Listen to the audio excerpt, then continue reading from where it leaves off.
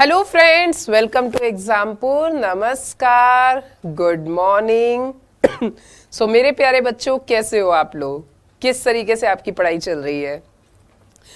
I hope आप लोगों ने रक्षाबंधन के मजे किए होंगे। ठीक है, आई होप आप लोगों ने संडे की छुट्टी को अच्छे से एंजॉय किया होगा। हेलो करण, हेलो ऋषि, हेलो हिरक, हेलो सभी बच्चों को मेरा प्रणाम। तो गाइस, आज शुरू करते हैं इंडियन पॉलिटी।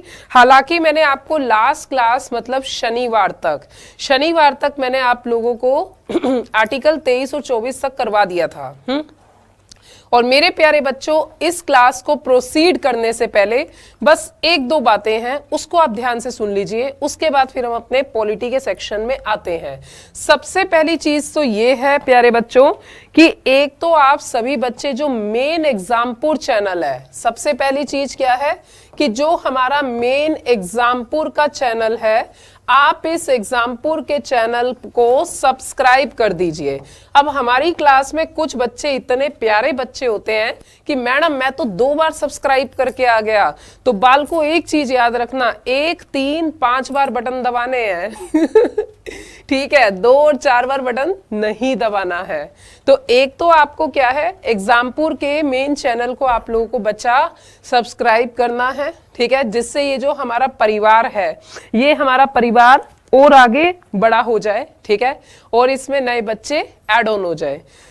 दूसरी चीज ये है कि अगर गाइस आप में से कोई आधार बैच में एडमिशन लेना चाहता है, आधार बैच में एडमिशन लेने का मतलब है कि अगर कोई 2022, 23, 24, 25 की तैयारी कर रहा है तो आप बच्चा लोग इस पर एडमिशन ले सकते हैं। अगर कोई समाज का कमजोर वर्ग है या आप अभी मतलब अरेंज नहीं कर पा रहे हैं फीस वगैरह, तो बेटा आप EMI पे भी कर सकते हैं।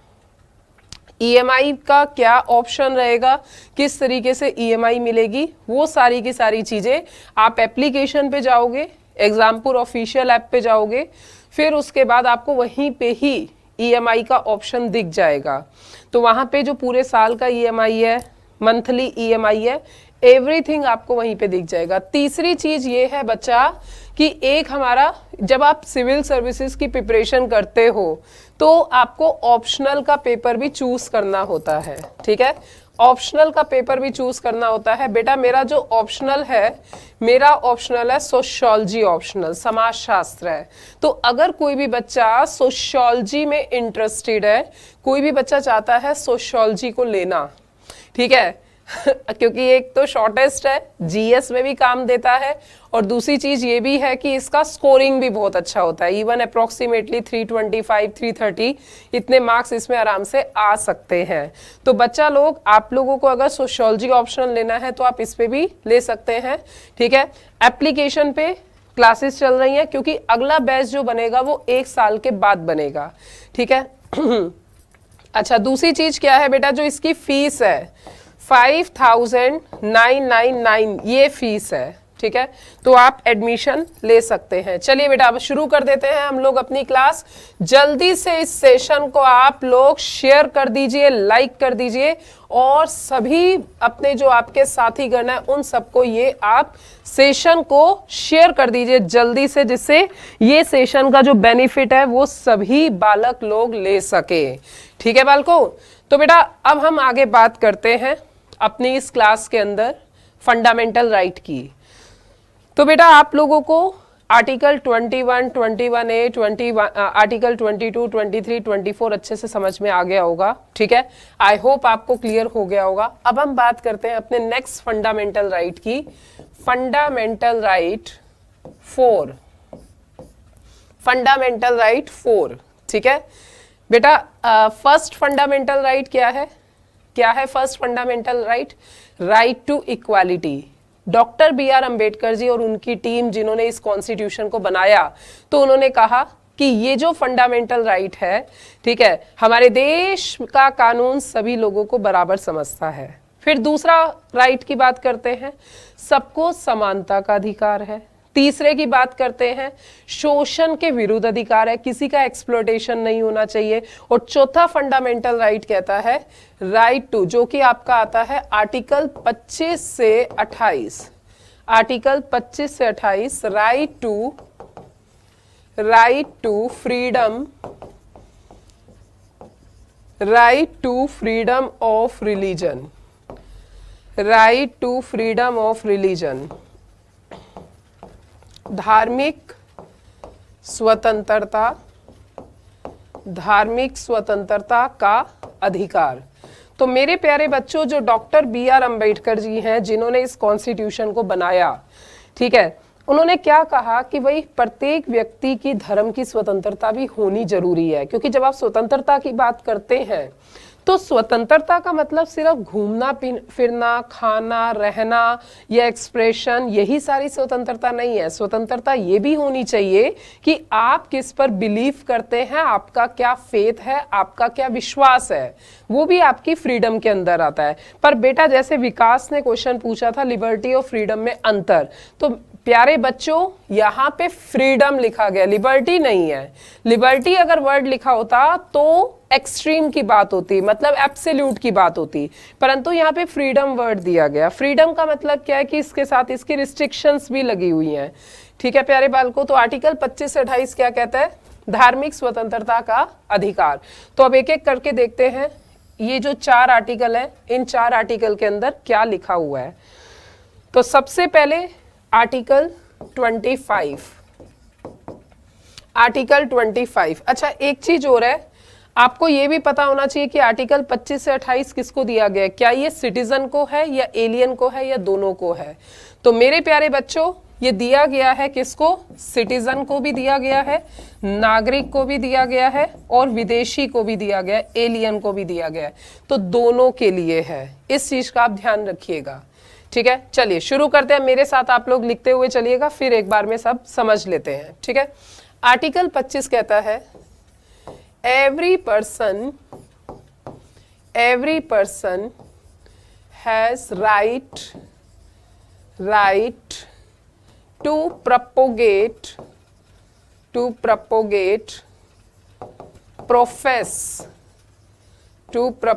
profess or conscience his or her religion, his or her religion। ठीक है, his और her religion। तो इसका हम लिख लेते हैं, हिंदी क्या कहता है? प्रत्येक व्यक्ति, आर्टिकल 25 अनुच्छेद 25 कहता है प्रत्येक व्यक्ति का अधिकार है, प्रत्येक व्यक्ति का अधिकार है कि वह अपने धर्म का, कि वह अपने धर्म का प्रचार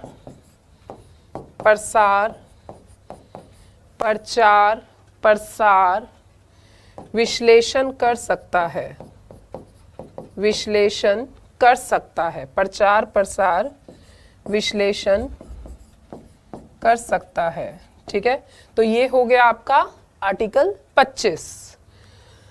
आर्टिकल 26 कहता है आर्टिकल 26 कहता है, अभी हम समझेंगे सारा, पर बेटा आप लोग सब मेरे साथ साथ लिख सकते हैं। Every person has right, every person has right to manage, every person has right to manage his or her religious affair, his or her religious affairs। ठीक है, तो प्रत्येक व्यक्ति का ये अधिकार है, प्रत्येक व्यक्ति का अधिकार है कि अपने धार्मिक कार्यों को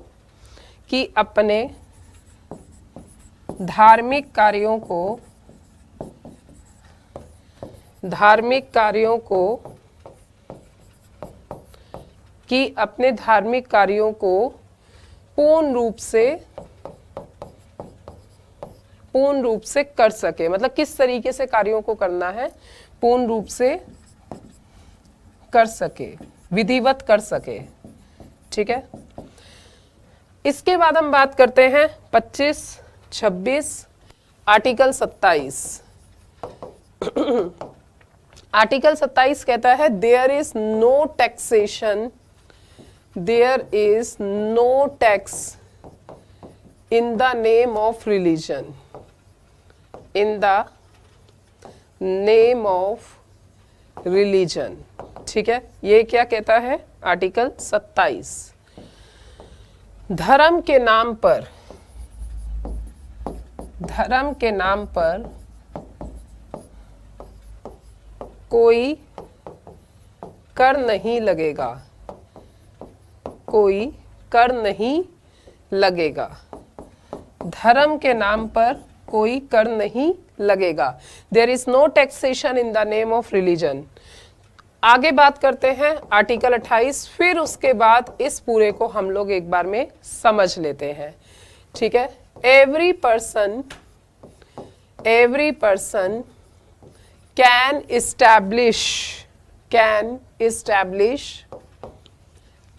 establish religious institutions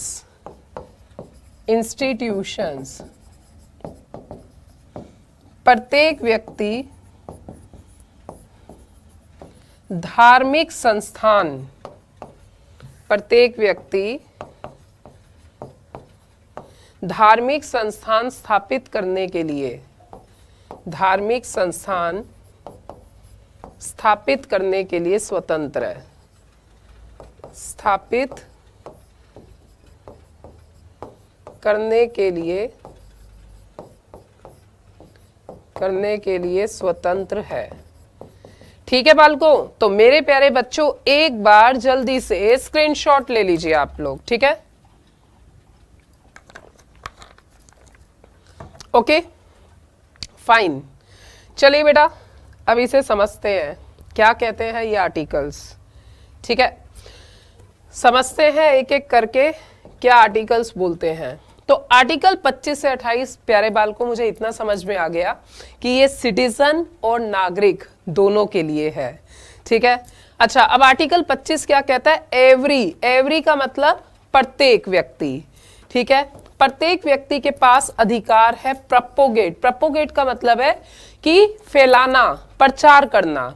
जैसे फॉर एग्जाम्पल के लिए मैं हिंदू व्यक्ति, ठीक है, अब मैंने हिंदुइज्म को अपनाया, अब मैं हिंदू की बुक्स जो हैं, रिलीजियस बुक्स जो हैं, जैसे गीता कुरान वगैरह, गीता हो गई, गीता को मैंने आगे प्रोपोगेट किया। ठीक है, मैंने रामचरितमानस को प्रोपोगेट किया। आपने कई बार देखा होगा मेट्रो स्टेशंस वगैरह के बाहर गीता बांची जाती है, पुस्तक दी जाती है, कुरान दी जाती है या कुरान बांचे जाते हैं। तो आप जिस भी धर्म को मानते हो, आप उस धर्म के बारे में दूसरों को बता सकते हो, दूसरों को प्रोपोगेट कर सकते हो अपने विचार। ठीक है, और इसी के साथ साथ प्रोफेस का मतलब होता है कि आप अपने धर्म को अपना सकते हो। अब बेटा यहाँ पे अपनाने का मतलब क्या है भाई? एक जो मुस्लिम व्यक्ति होता है वो बुर्खा पहनता है तो मुस्लिम इस्लाम को अपना रहा है। ठीक है, 5 बार की नमाज पढ़ना जरूरी है, ये इस्लाम धर्म कहता है। लाइफ टाइम में 1 बार हज यात्रा जरूरी है, ये इस्लाम कहता है। ठीक है, अच्छा इसके अलावा जितना भी आप कमाते हो उसका 10% आपको गरीबों को देना है, ये सिखिज्म कहता है।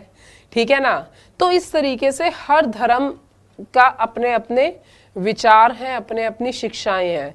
तो भारत के अंदर चाहे कोई नागरिक है, चाहे कोई विदेशी है, भारत के अंदर आता है, भारत में किसी भी धर्म को एडॉप्ट करने के लिए वो स्वतंत्र है। आपकी मर्जी, आप चाहे खंडा पहनो, आपकी मर्जी चाहे आप कृपान रखो अगर आप इस धर्म के अंदर हो तो, आपकी मर्जी चाहे आप तिलक लगाओ, आपकी मर्जी चाहे आप तुलसी की माला पहनो, आपकी मर्जी चाहे आप कड़ा पहनो, आपकी मर्जी। क्यों? क्योंकि आप उस धर्म को अडॉप्ट कर रहे हो।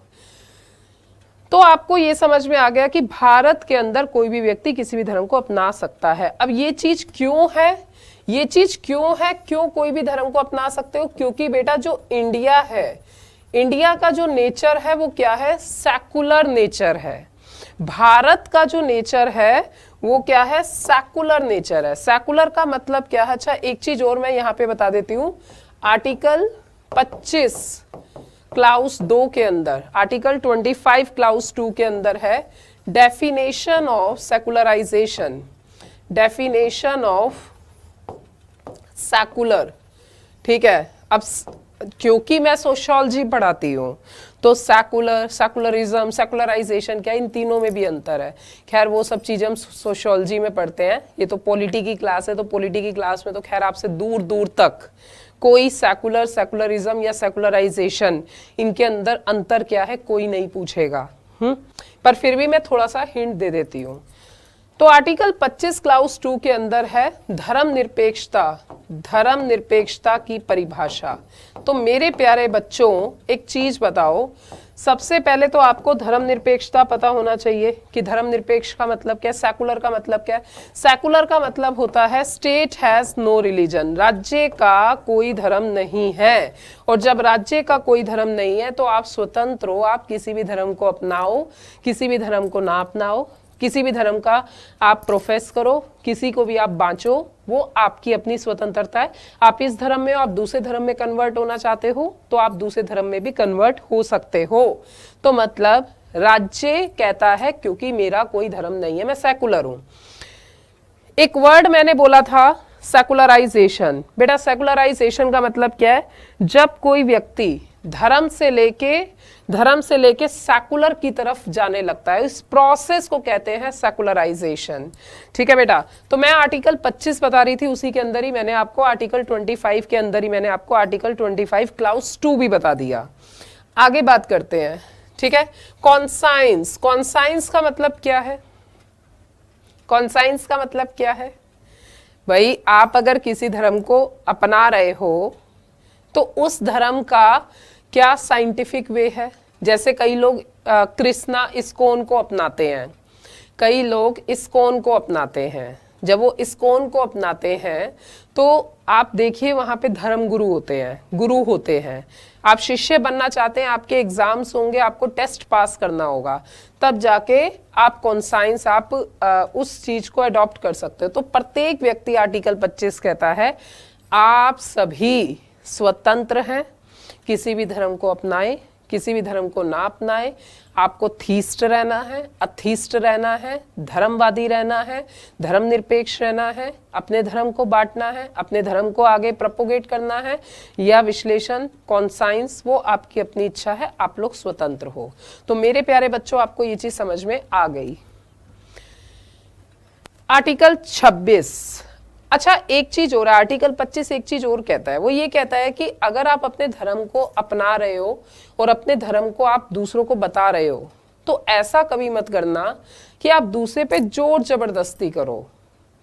फोर्स नहीं होना चाहिए, क्योंकि अगर आप किसी चीज में फोर्स करोगे तो दबाव से इस लोकतंत्र का हनन होता है। तो इसीलिए ये भी बात बोली है कि राज्य के पास कोई अधिकार नहीं है कि वो किसी व्यक्ति को दबाव करके वो धर्म अपनाने की बात कहे, सबसे पहली बात। तो अगर कोई व्यक्ति किसी को, दूसरे व्यक्ति को जबरदस्ती कन्वर्जन कराता है, कन्वर्ट करता है, तो भाई इस चीज का ये परिणाम होगा कि आपको कन्वर्जन अगर आप कराते हो तो आप सुप्रीम कोर्ट में उस व्यक्ति के अगेंस्ट में अपील कर सकते हो। आर्टिकल 26 पे आते हैं। आर्टिकल 26 कहता है प्रत्येक व्यक्ति अपने हिसाब से अपने धर्म को अपना सकता है, धार्मिक कार्यों को कर सकता है। एक्चुअली आर्टिकल 26 से रिलेटेड ना केस है केशवानंद भारती का, केशवानंद भारती का केस है। ठीक है, अब ये केशवानंद भारती का केस क्या कहता है? ठीक है भाई, आप मान लीजिए आपने किसी धर्म को अपनाया, अब आप उसके रिलीजियस अफेयर कैसे कर सकते हो? आप ट्रस्ट बनाना चाहते हो, आप पुस्तकें हैं, हवन कुंड वगैरह है या धर्म का सामान है, आप वो सब रख सकते हो। और केशवानंद भारती की ऐसे ही मठ था, रिलीजियस मठ था। फंडामेंटल राइट के बाद मैं सबसे पहले आपको केसेस कराऊंगी, तो केसेस में आपको डिटेल बताऊंगी। तो रिलीजियस अफेयर आप कर सकते हो। केशवानंद भारती ने आर्टिकल 26 के अंतर्गत ही सुप्रीम कोर्ट में केरला सरकार के विरुद्ध पिटीशन डाली थी, ठीक है।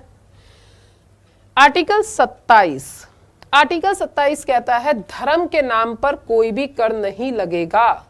धर्म के नाम पर कोई भी कर नहीं लगेगा का मतलब क्या है कि भाई अगर कोई व्यक्ति किसी धर्म को मानता है तो ऐसा नहीं है आप उस पर टैक्सेशन लगाओगे। तो क्या हमारी एंशिएंट हिस्ट्री में कोई टैक्सेशन लगता था? सबसे पहला क्वेश्चन तो यही उठता है कि क्या भूतकाल में कोई ऐसा टैक्सेशन था? तो मेरे प्यारे बच्चों, आपने जिंदगी में हिस्ट्री तो जरूर पढ़ा होगा, ठीक है, यस और नॉट, आपने पढ़ा होगा हिस्ट्री। तो हिस्ट्री में आपको पता होगा कि भाई जजिया नाम का टैक्स होता था, ठीक है, जजिया टैक्स लगाया जाता था। तो क्या ये जजिया टैक्स एक्चुअल में है क्या? ठीक है भाई, होता क्या है कि जैसे फॉर एग्जाम्पल अगर कोई भी गैर मुसलमान है तो उसको टैक्सेशन देना होगा। शुरुआत बात ये थी कि मुसलमान जो सिपाही हैं वो गैर मुसलमान की रक्षा कर रहे हैं, इसीलिए उसे टैक्सेशन करना होगा। परंतु बाद में चल के क्या हुआ, इसे बना दिया रिलीजियस टैक्स। ये बन गया रिलीजियस टैक्स, ठीक है, रिलीजियस टैक्स बन गया। अब फिर उसके बाद समय आया अकबर का, अकबर ने इसको खत्म कर दिया, ठीक है, अकबर ने इसे खत्म कर दिया इस सिस्टम को। ओके, जब अकबर ने इसे खत्म कर दिया फिर दोबारा से औरंगजेब ने इसे शुरू कर दिया। और औरंगजेब ने जब इसे शुरू किया तो क्या इंडियन कॉन्स्टिट्यूशन में इस चीज के बारे में है? तो यस, इंडियन कॉन्स्टिट्यूशन में कहा गया है कि भाई आज की डेट में आप किसी भी धर्म को अपनाओ, आपको कोई टैक्सेशन नहीं देना होगा। अगर आपको हज यात्रा करनी है, कावड़ यात्रा है, तो इवन सरकार सब्सिडी भी प्रोवाइड करती है, ठीक है। आर्टिकल 28 कहता है कोई भी व्यक्ति अपने धार्मिक संस्थानों को अपनाने के लिए स्वतंत्र है। बेटा इसका मतलब क्या है?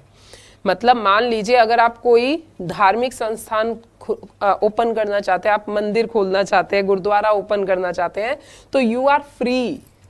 आप आर्टिकल 28 के अंतर्गत डीसी का परमिशन लेके आप मंदिर गुरुद्वारा बना सकते हो, ठीक है ना। तो ये आपकी है। पर जैसे इंडिया जैसी कंट्री की बात करें, यहाँ पर तो अगर कल को किसी को कहीं भूमि पे कब्जा करना होता है, बस मूर्ति रख दो, समझ रहे हो, धर्म की मूर्ति आ गई तो लोग अपने आप पीछे हो गए। ऐसा हो चुका है इंडिया के अंदर, कई केसेस हैं। तो भाई आर्टिकल 28 कहता है आप अपने धार्मिक संस्थानों को स्थापित करने के लिए स्वतंत्र हो, ठीक है। तो बेटा ये हमारा हो गया फंडामेंटल राइट नंबर 4। अब आगे बात करते हैं फंडामेंटल राइट 5वां, 5th, ठीक है, फंडामेंटल राइट 5th। देखो 4 क्या कहता है, 25 से 28। आर्टिकल फंडामेंटल राइट 5th क्या कहता है, आर्टिकल 29 और 30, ठीक है, एजुकेशनल एंड कल्चरल राइट, शैक्षिक व सांस्कृतिक अधिकार, शैक्षिक व सांस्कृतिक अधिकार, ठीक है। अब इसकी बात करते हैं, क्या मतलब है एजुकेशनल और कल्चरल राइट का, ठीक है।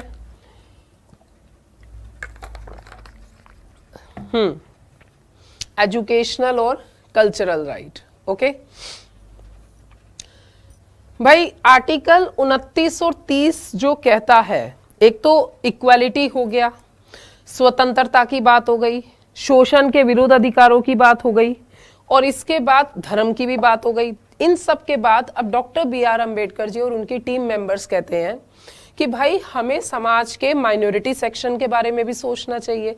सही बात की नहीं भाई, अल्पसंख्यकों के लिए भी क्या है, तो यहां पर आर्टिकल 29 और 30 कहता है कि हमारे देश में अगर किसी की संख्या कम है धर्म के आधार पे या भाषा के आधार पे, तो वो व्यक्ति अपने कल्चर को, अपनी शिक्षा को अपने हिसाब से फॉलो कर सकता है। ये भी उसका एक फंडामेंटल राइट है। अगर आपको ऐसा नहीं मिलता तो आपके पास पावर है, आप सीधा सुप्रीम कोर्ट में जा सकते हैं। तो मेरे प्यारे बच्चों, जरा आप में से कोई बताएगा कल्चरल राइट होता क्या है? क्या होता है कल्चर का मतलब? क्या होता है संस्कृति का मतलब? क्या होता है भाई? कल्चर का मतलब होता है आप कैसे खाते हैं, आप कैसे पीते हैं, आप कैसे कपड़े पहनते हैं, आपका तरीका क्या है, आपका बिहेवियर क्या है, वो कहलाता है संस्कृति। जैसे हम लोग कहते हैं कि अरे गुजरात में लोग ढोकला खाते हैं, अरे पंजाब के लोग भांगड़ा करते हैं, ये उनका कल्चर है। ठीक है, तो कल्चर आपके रिप्रेजेंट करता है आपके बिहेवियर, आपके वे ऑफ लाइफ को। तो जो अल्पसंख्यक है, हिंदू सबसे ज्यादा है इंडिया के अंदर, मुस्लिम की संख्या कम है, क्रिश्चियन की संख्या कम है, तो ये जो माइनॉरिटीज हैं, क्या ये अपने कल्चर को एडॉप्ट कर सकते हैं? उसका फंडामेंटल राइट है। ठीक है, तो आर्टिकल 29 और 30 किसके लिए है? ओनली सिटीजन, सिर्फ नागरिक के लिए है।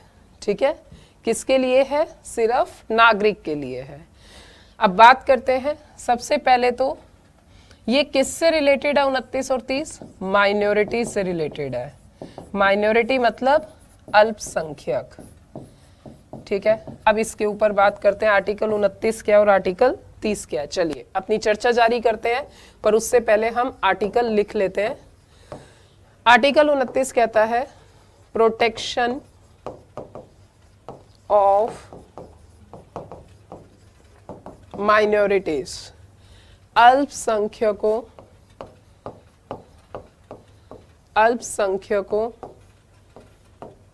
का संरक्षण, अल्पसंख्यकों का संरक्षण। आर्टिकल 30 कहता है माइनॉरिटीज कैन establish educational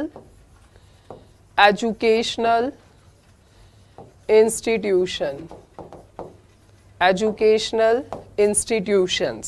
ठीक है, कि अल्पसंख्यक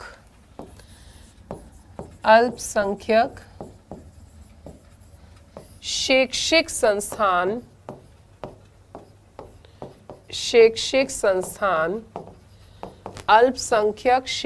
संस्थान स्थापित कर सकते हैं, स्थापित करने के लिए स्वतंत्र है, स्थापित करने के लिए स्वतंत्र है।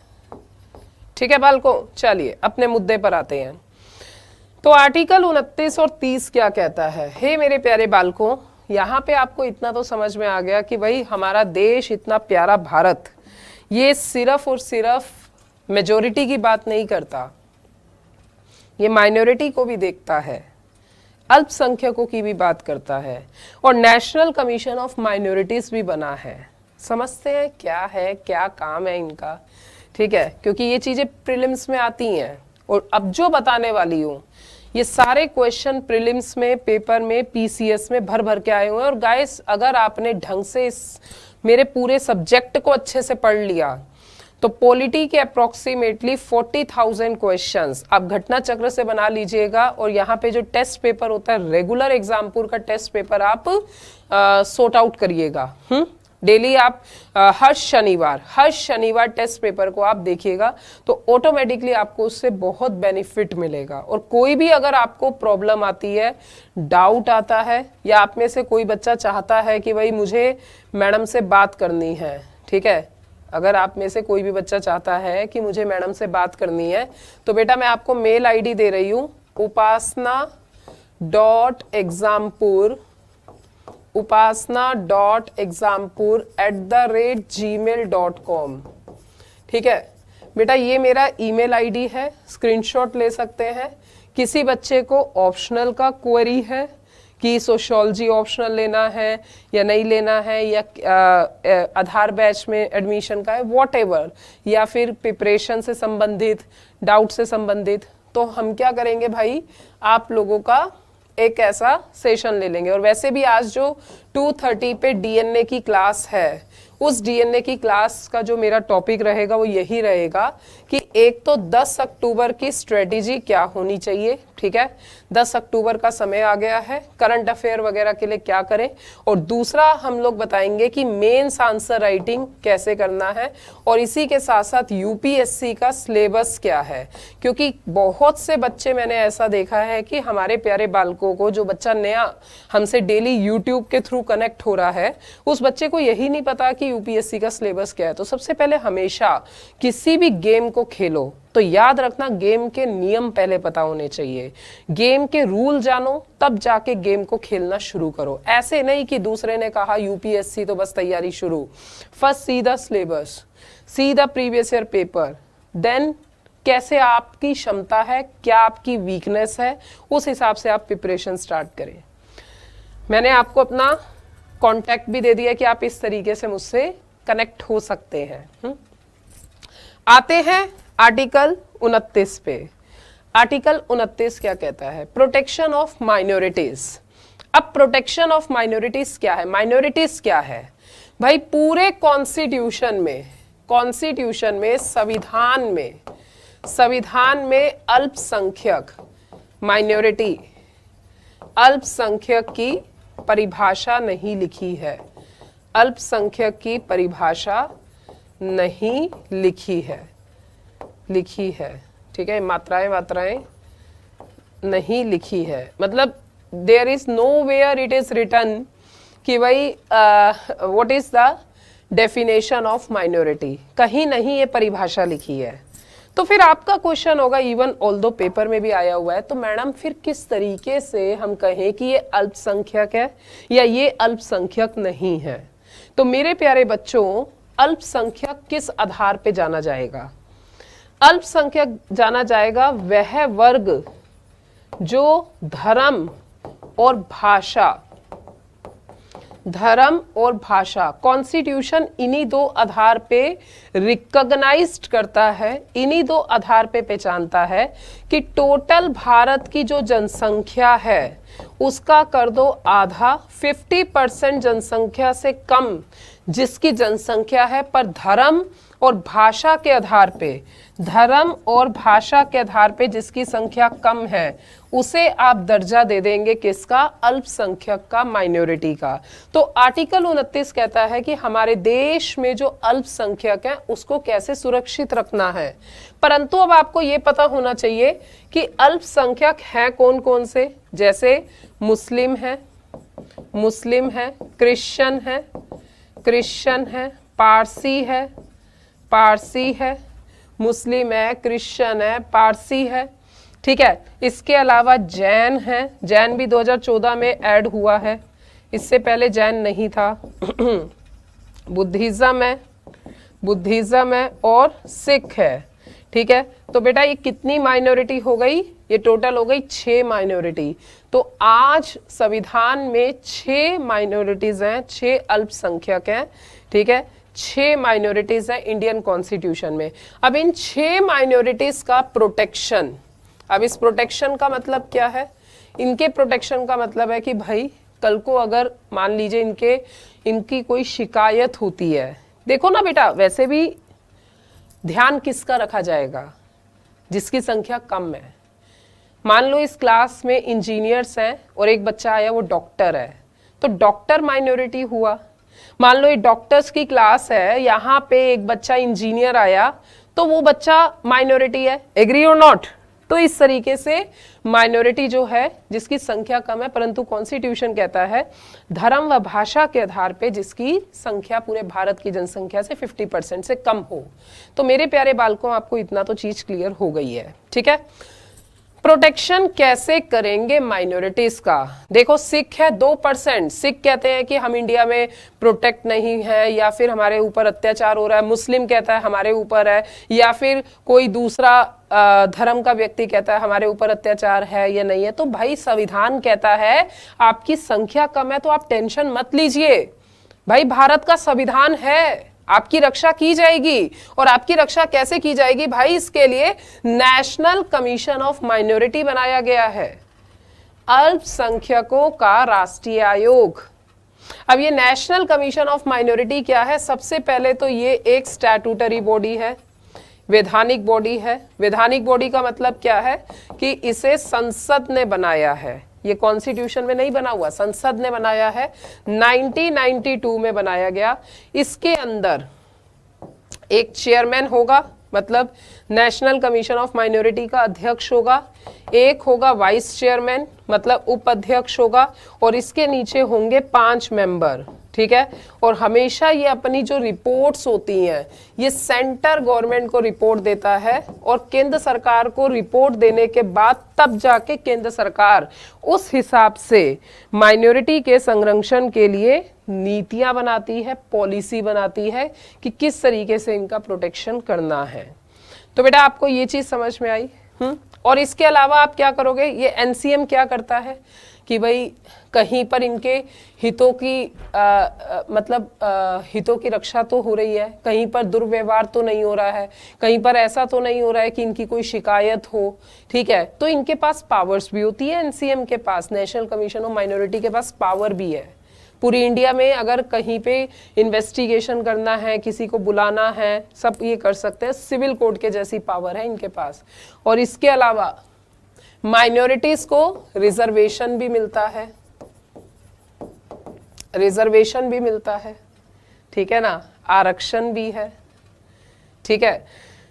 जैसे फॉर एग्जाम्पल के लिए अगर मान लीजिए, देखिए जब आप फॉर्म भरते हो तो कई फॉर्म्स में ऐसा आता है general, OBC, SC, ST, minorities, ऐसा भी आता है, ठीक है। तो एक तरह से क्या है कि रिजर्वेशन हो गया, कमीशन हो गई, इस तरीके से, और इनके लिए सोशल वेलफेयर पॉलिसी बनाई जाती है, मतलब अल्पसंख्यकों के लिए, अल्पसंख्यकों के लिए नीतियां बनाना, ये भी अपने आप में इम्पोर्टेंट है, ठीक है। तो इस तरीके से आर्टिकल 29 अपना काम करता है, ठीक है। तो बालकों, आर्टिकल 29 में किसी को कोई डाउट है तो बेझिझक आप पूछ सकते हैं।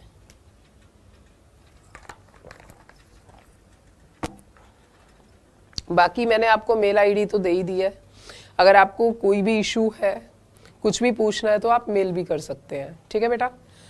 चलिए नेक्स्ट पे आते हैं, आर्टिकल 30। आर्टिकल 30 क्या कहता है? माइनॉरिटीज, अल्पसंख्यक।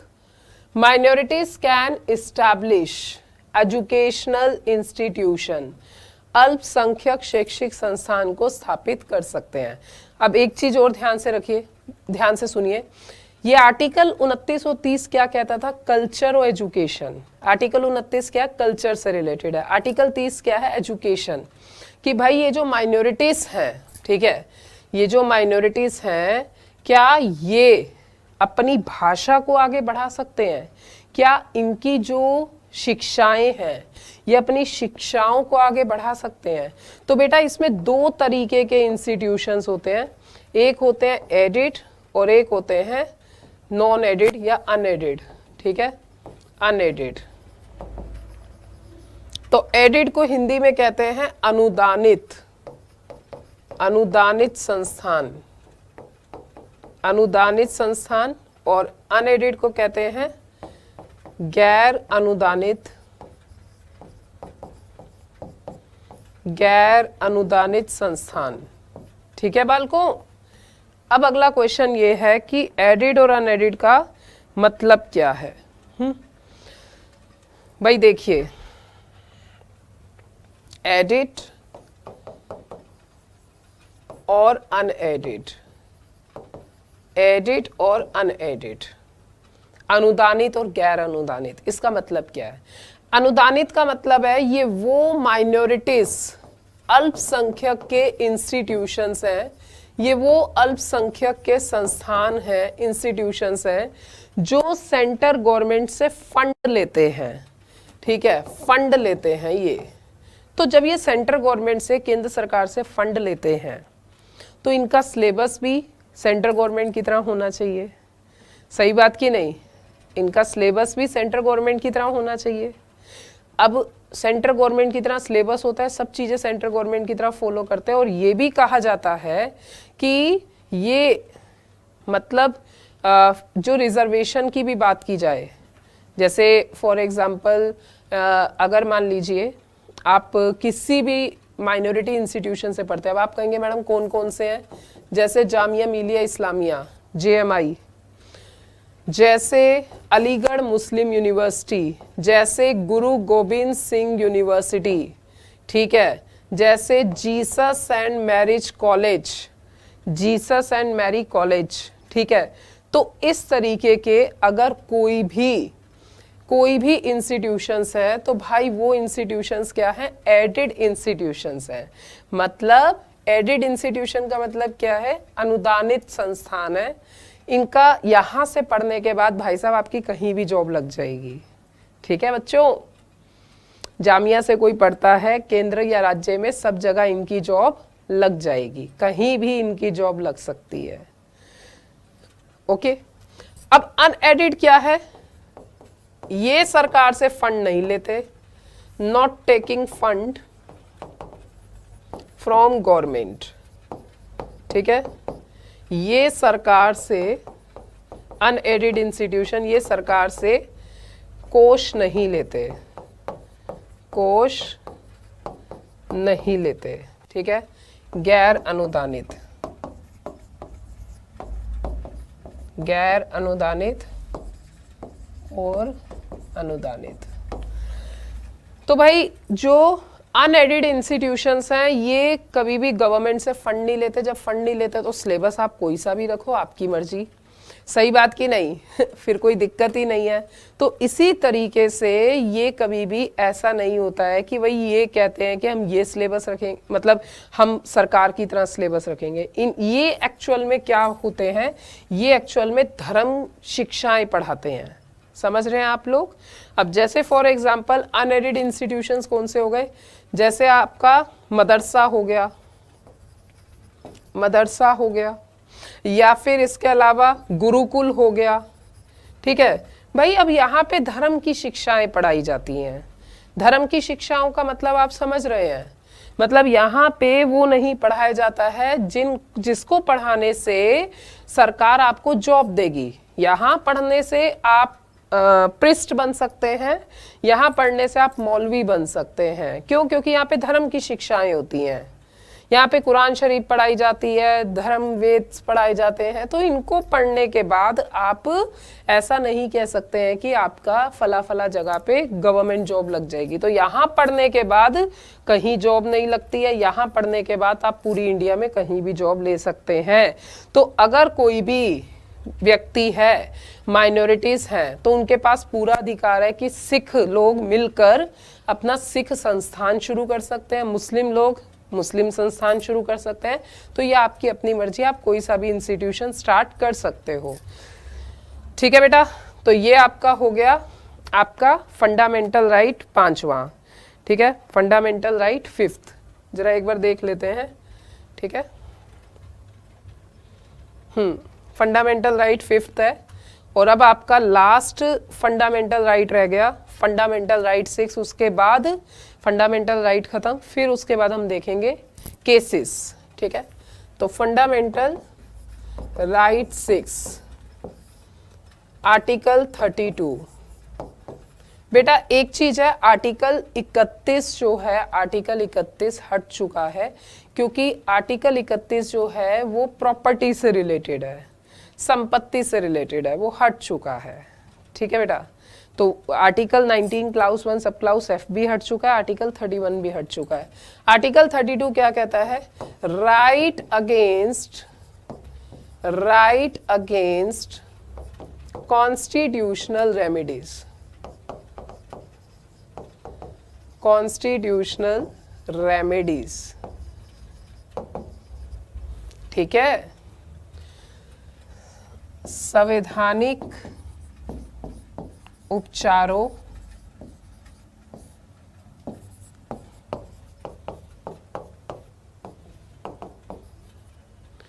संवैधानिक उपचारों के विरुद्ध अधिकार।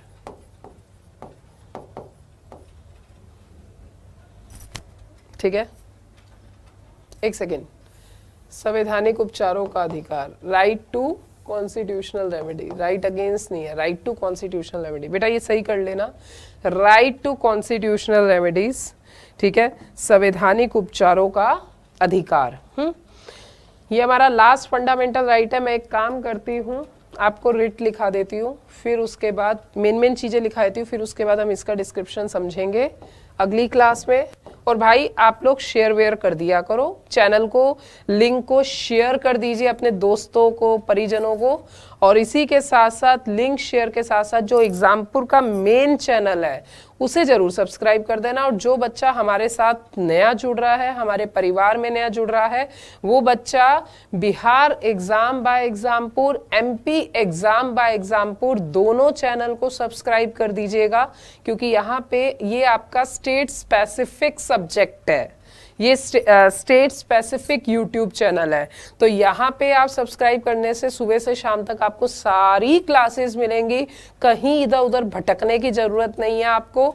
अगर आप एक चैनल को भी ढंग से फॉलो अप करेंगे तो आपका पीसीएस इंटरव्यू लेवल तक क्वालिफाई होगा। परंतु अगर आप भटकते रहेंगे तो आप भटकने में तो शेर हो जाएंगे, पर एग्जाम निकलेगा नहीं निकलेगा वो गारंटी नहीं है। क्योंकि जो ज्यादा भटक जाते हैं, ज्यादा सोर्सेज से पढ़ लेते हैं, तो भाई वो भी सही नहीं है। ठीक है ना, इतना पढ़ो, बार बार रिवाइज करो, 100% सिलेक्शन होगा। इतना ढेर पढ़ लिया, रिवीजन नहीं है, सिलेक्शन नहीं होगा। फिर ये मत कहना मैंने तो बहुत अच्छे नोट्स से पढ़ा या मैंने खराब नोट्स से पढ़ा। समझ रहे हैं आप लोग? आप लोग प्लीज गाइस, टीचर जो होता है ना, एजुकेशनिस्ट होता है, वो आप लोगों को चीजें बताता है, फिर आपका काम शुरू होता है। तो मेरे प्यारे बच्चों, आप लोग जल्दी से चैनल को शेयर कर दीजिए, सब्सक्राइब कर दीजिए, और इसी के साथ साथ एग्जामपुर मेन चैनल को भी सब्सक्राइब कर दीजिएगा। चलिए अब हम आते हैं अपने टॉपिक पे। तो आर्टिकल 32 क्या कहता है? राइट टू कॉन्स्टिट्यूशनल रेमेडीज, संवैधानिक उपचारों का अधिकार। तो भाई इस आर्टिकल को कहा है, it is the heart and soul of constitution, heart and soul of constitution. ठीक है, heart and soul of constitution संविधान की दिल व आत्मा है। दिल व,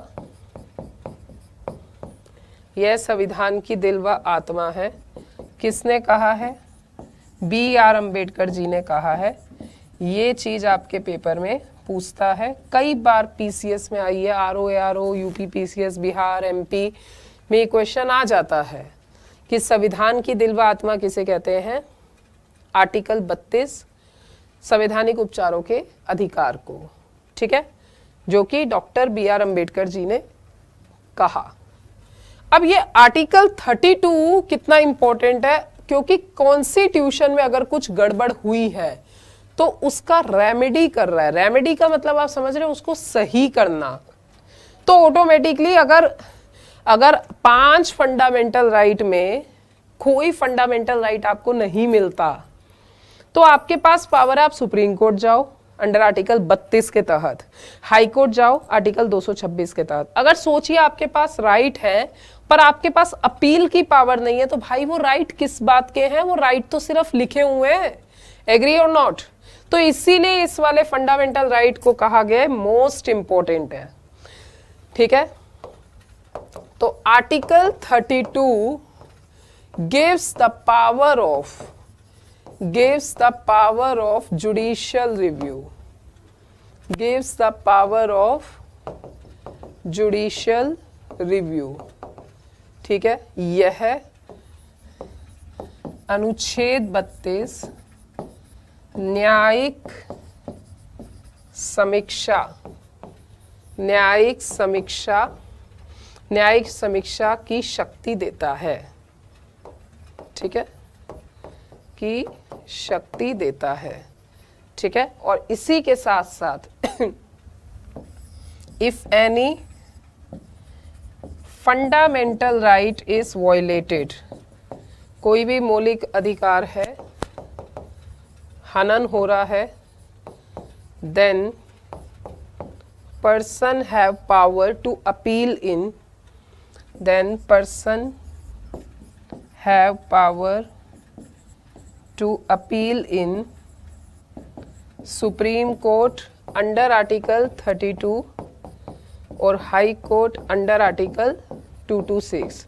यदि किसी के भी मौलिक अधिकारों का हनन होता है तो भाई साहब आपके पास पावर है आर्टिकल 32 के तहत आप सीधा सुप्रीम कोर्ट में जाए, और हाई कोर्ट में आप आर्टिकल 226 के तहत सीधा जा सकते हैं।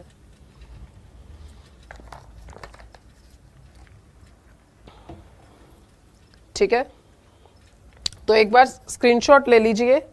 और इसी के साथ साथ आता है आर्टिकल 32 में रिट्स, ठीक है, रिट्स। तो रिट्स कितनी है? 5 रिट है, ठीक है। सबसे पहली है हैबियस कॉर्पस, हैबियस कॉर्पस बंदी प्रत्यक्षीकरण। दूसरी है मेंडामस, मेंडामस परमादेश। तीसरी है प्रोहिबिशन, निषेधाज्ञा। और चौथी है सशररी उत्कृष्ट लेख। और 5वीं है क्यो वेरेंटो, अधिकार पृच्छा। तो भाई ये हो गई आपकी 5 रिट, ठीक है। और इन 5 रिट के बारे में जो डिस्कशन चलेगा पूरा अच्छे से डिस्कशन करेंगे हम आगे कल की क्लास में, ठीक है। और इसी के साथ साथ इन 5 रिट के बारे में आपको डिटेल में बताया जाएगा, लिखवाया जाएगा। डिटेल डिस्कशन रिट का चलेगा कल की क्लास में, ठीक है। प्लस में फंडामेंटल राइट से रिलेटेड आर्टिकल 32 तक तो हो गया, परंतु आर्टिकल 33, 34, 35 क्या है वो भी मैं आपको कल ही बताऊंगी। तो हमने जो पढ़ा आर्टिकल 12 से शुरू से पढ़ा, 12 से लेके 35 तक हो गया, ठीक है बच्चों। तो कल की क्लास जो होगी हम लोगों की फंडामेंटल राइट खत्म, उससे अगली क्लास में केसेस खत्म, फिर हम मिलेंगे डीपीएसपी में। तो मिलते हैं हम लोग कल की क्लास में। नमस्कार, बाय बाय, टेक केयर।